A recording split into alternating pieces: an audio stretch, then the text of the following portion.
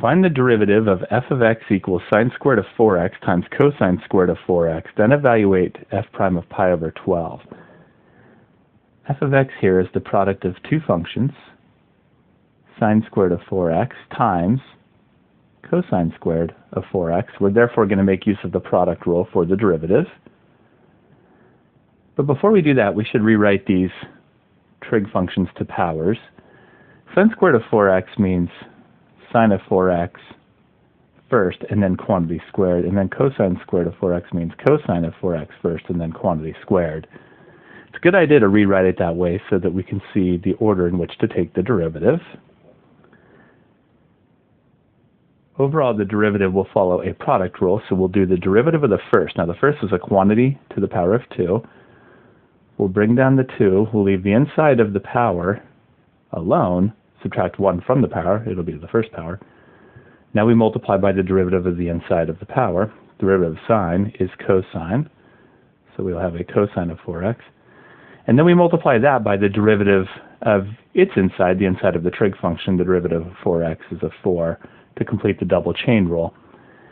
All of that is the derivative of the first times the second left alone plus the first left alone times the derivative of the second. Now the second is a quantity to a power. We'll bring the power down. We'll leave the inside of the power alone. It'll be now raised to a 2 minus 1, power of 1. And now the derivative of the inside of that power, derivative of cosine, is negative sine. Leave its inside alone. That's a 4x. And now we multiply by the derivative of the inside of the trig function, which is a 4, to give us the double chain rule. So f prime of x now equals, for the first term I have a 2 and a 4 that can multiply and move to the front. 8. I have a sine to the first power, so sine of 4x. But I actually have a cosine to the first power and a cosine to the second power multiplying each other. 1 plus 2 gives us 3, so cosine cubed of 4x. Now the second term I have a 2, a negative 1, and a 4 all multiplying each other, which will give us a negative 8. I have a sine to a power of 2 and a sine to a power of 1 multiplying each other. 2 plus 1 is 3, so I have sine cubed of 4x.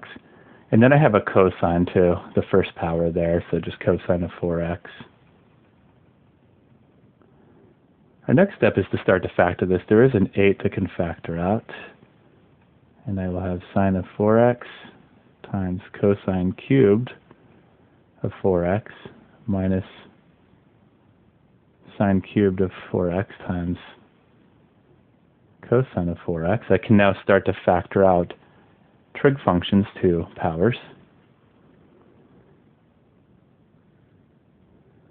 So I already have the 8 factored out. In the two terms, I have a sine of 4x. In the first term, it's to the first power. In the second term, it's to the third power. We can factor out the lower of the two, which is first power. So sine of 4x to the first power, factored out. Now, if you factor that out, we will take away that, and we will take away one of the powers here, and that'll become a 2, or sine squared. And that's what we will be left with. So we have cosine cubed of 4x minus sine squared of 4x times a cosine of 4x. And now we can factor out a cosine to a power. The first term has a power of 3, and the second term has a power of 1 for the cosine of 4x. We can factor out the lowest power, which is the 1.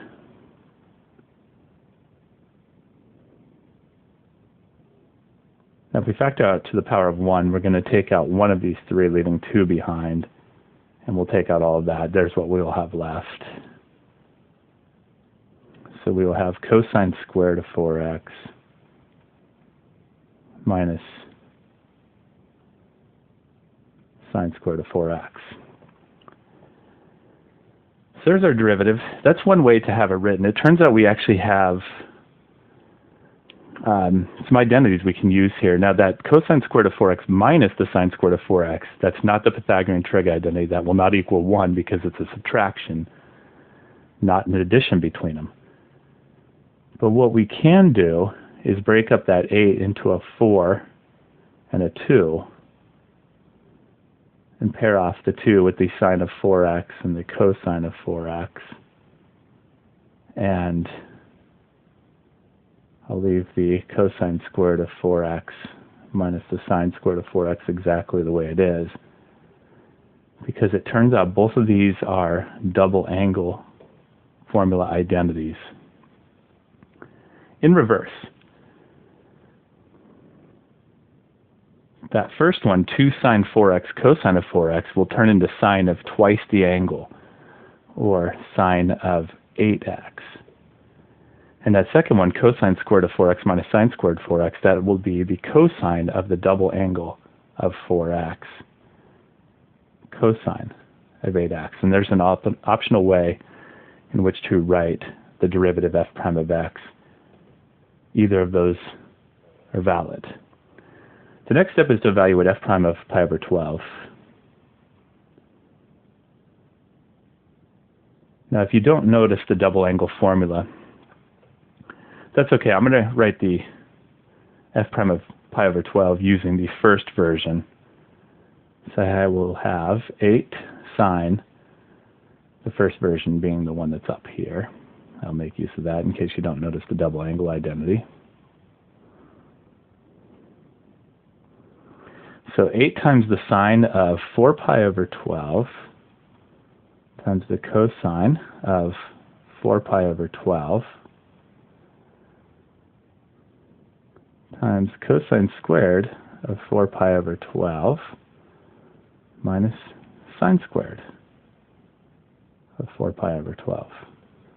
Now each of those 4 pi over 12s can reduce because 4 and 12 reduce to a 1 over 3. They can be divided by 4 each. So 8 sine pi over 3 cosine pi over 3 times cosine of pi over 3, and it's cos squared, so I'm going to write cosine first and then square the result. Remember, that's what cos squared means. And then minus sine, also of pi over 3, and then square the result. The minus is outside of the sine squared, so we subtract the result of the sine of pi over 3 squared.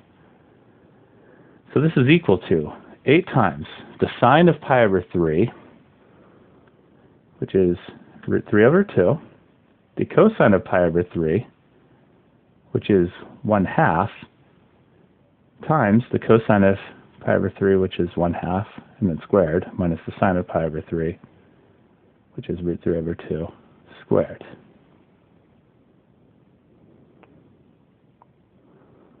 This will equal to, I'm going to multiply all 3 of these with each other. The 8's in the numerator, so it'll be 8 root 3 times 1, or just 8 root 3. Denominator, the 8's an 8 over 1, times 2 is a 4. And then we have 1/2 squared. 1 squared is 1, 2 squared is 4, so 1/4, minus root 3 over 2 squared. Root 3 squared is a 3, 2 squared is a 4.